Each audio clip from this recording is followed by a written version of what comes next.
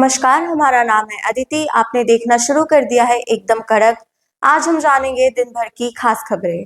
बिहार के कैमूर जिले के एक सरकारी स्कूल से चौंकाने वाला वीडियो सामने आया है, जिसमें प्रेयर के दौरान प्रिंसिपल और शिक्षक के बीच हाथापाई हो गई। दोनों के बीच पहले तीखी बहस हुई, फिर गुस्से में जूते तक निकाल लिए गए।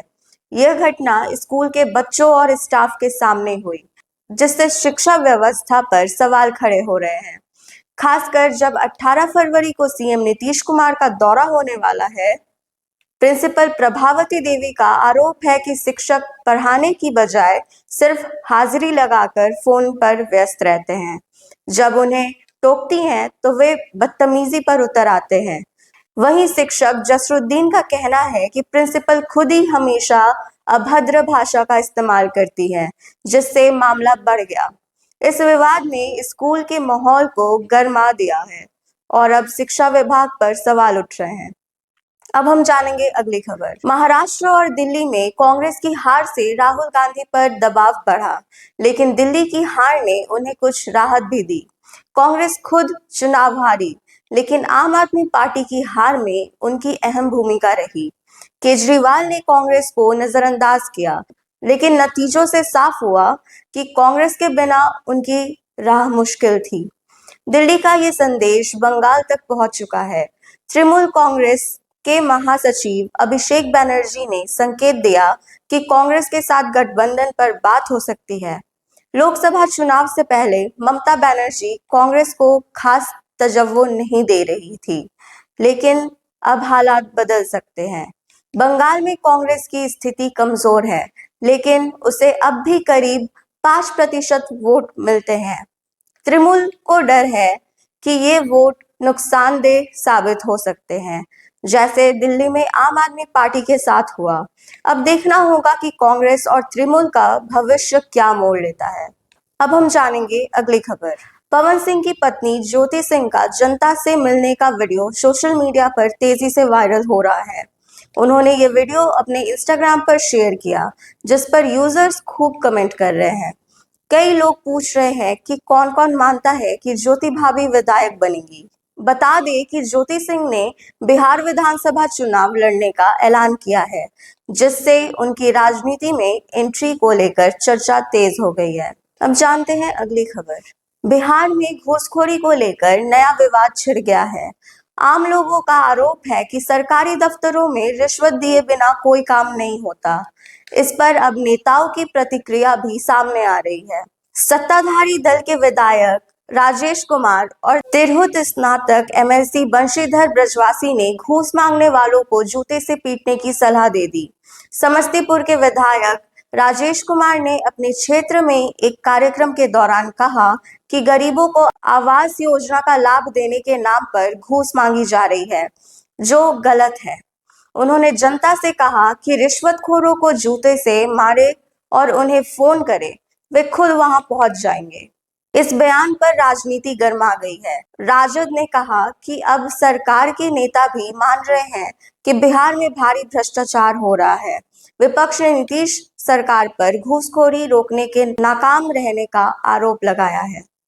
अब जानते हैं अगली खबर। बिहार के मुख्यमंत्री नीतीश कुमार 16 फरवरी 2025 रविवार को अचानक दिल्ली जा रहे हैं, जिससे राजनीतिक हलचल तेज हो गई है। माना जा रहा है कि वे बीजेपी के बड़े नेताओं और प्रधानमंत्री नरेंद्र मोदी से मुलाकात कर सकते हैं। सूत्रों के मुताबिक सीएम नीतीश कुमार बिहार को बजट में प्राथमिकता देने के लिए पीएम मोदी का शुक्रिया अदा कर सकते हैं। साथ ही दिल्ली विधानसभा चुनाव में बीजेपी की बड़ी जीत पर आलाकमान को बधाई देने की चर्चा भी है। नीतीश के दौरे के कारण 17 फरवरी को उनकी प्रगति यात्रा का कोई कार्यक्रम तय नहीं किया गया है। इसी बीच 24 फरवरी को पीएम मोदी भी बिहार के भागलपुर में एक कार्यक्रम के लिए आने वाले हैं, जिससे सियासी हलचल और बढ़ गई है। अब जानते हैं अगली खबर। दिल्ली विधानसभा चुनाव 2025 के नतीजों के बाद सबसे बड़ा सवाल यही है कि दिल्ली का नया सीएम कौन होगा। सीएम की रेस में प्रवेश वर्मा सबसे आगे हैं, लेकिन अन्य दावेदारों के नाम चर्चा में आने से सस्पेंस बढ़ गया है। सूत्रों के मुताबिक 17 या 18 फरवरी को बीजेपी विधायक दल की बैठक होगी, जिसमें पर्यवेक्षक सीएम के नाम की घोषणा करेंगे। 19 फरवरी को नए मुख्यमंत्री के शपथ लेने की संभावना है। सीएम पद की दौड़ में 5 नाम सबसे ज्यादा सुर्खियों में हैं।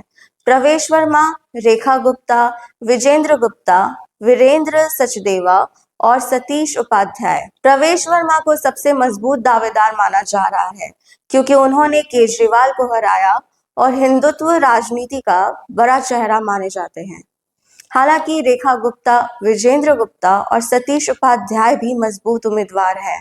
बीजेपी के प्रदेश अध्यक्ष वीरेंद्र सचदेवा विधायक नहीं हैं, लेकिन उनके नेतृत्व में चुनावी जीत ने उनकी दावेदारी को मजबूत किया है। अब देखना यह है कि बीजेपी दिल्ली में किसे सीएम की कुर्सी सौंपती है। अब देखते हैं अगली खबर। पटना मेट्रो का काम तेजी से आगे बढ़ रहा है और राजधानी को जल्द ही इसकी सौगात मिलने वाली है। अगस्त 2025 तक प्रायोरिटी कॉरिडोर पर मेट्रो दौड़ने की योजना है। ट्रैक बिछाने का काम इस महीने के अंत या मार्च की शुरुआत से शुरू होगा और ट्रेन के लिए पहला रैक भी ऑर्डर किया जा चुका है। न्यू आईएसबीटी से मलाई पकड़ी तक 6.5 किलोमीटर लंबे इस कॉरिडोर में 5 एलिवेटेड स्टेशन होंगे।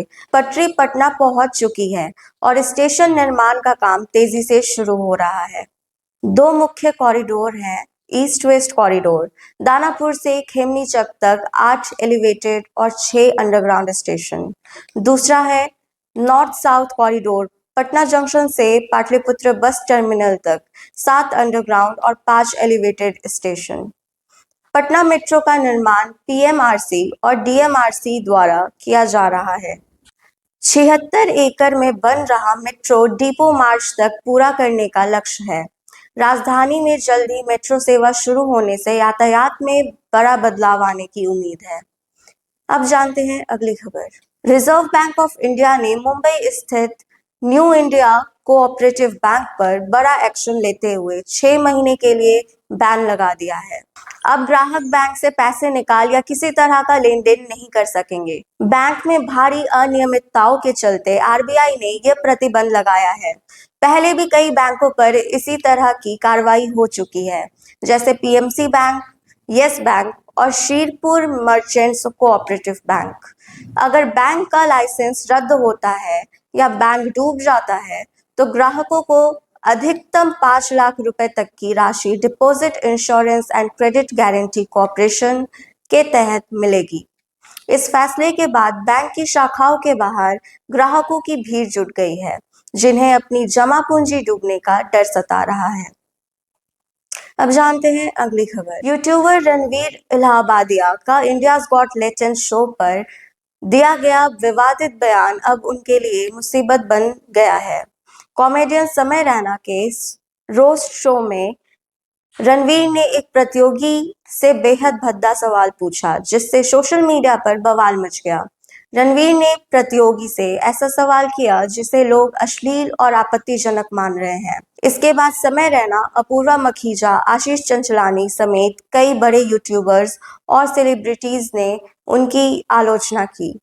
पूर्व WWE पहलवान सौरव गुर्जर ने भी रणवीर के बयान पर कड़ी प्रतिक्रिया दी है। सोशल मीडिया पर लोग लगातार रणवीर की माफी की मांग कर रहे हैं, जबकि उनके खिलाफ कड़ी कार्रवाई की मांग भी तेज हो गई है।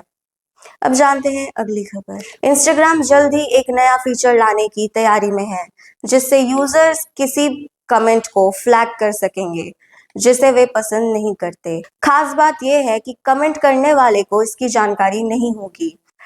इंस्टाग्राम के प्रमुख एडम मोसेरी के अनुसार यह फीचर कमेंट सेक्शन को बेहतर बनाने के लिए लाया जा रहा है। यदि कोई कमेंट ज्यादा बार फ्लैग किया जाता है तो वो कमेंट सेक्शन में नीचे चला जाएगा। इससे अनावश्यक या आपत्तिजनक कमेंट को कम प्राथमिकता दी जाएगी। मेटा रोमांस स्कैम रोकने के लिए भी एक सेफ्टी फीचर ला रहा है। यह फीचर यूजर्स को संदिग्ध अकाउंट्स के साथ चैटिंग करने से पहले वार्निंग नोटिस देगा। शुरुआत में इसे इंस्टाग्राम पर लाया जाएगा और बाद में फेसबुक व व्हाट्सएप पर भी लागू किया जा सकता है। ऐसी ही दिन भर की खबरों के लिए देखते रहे एकदम कड़क। धन्यवाद।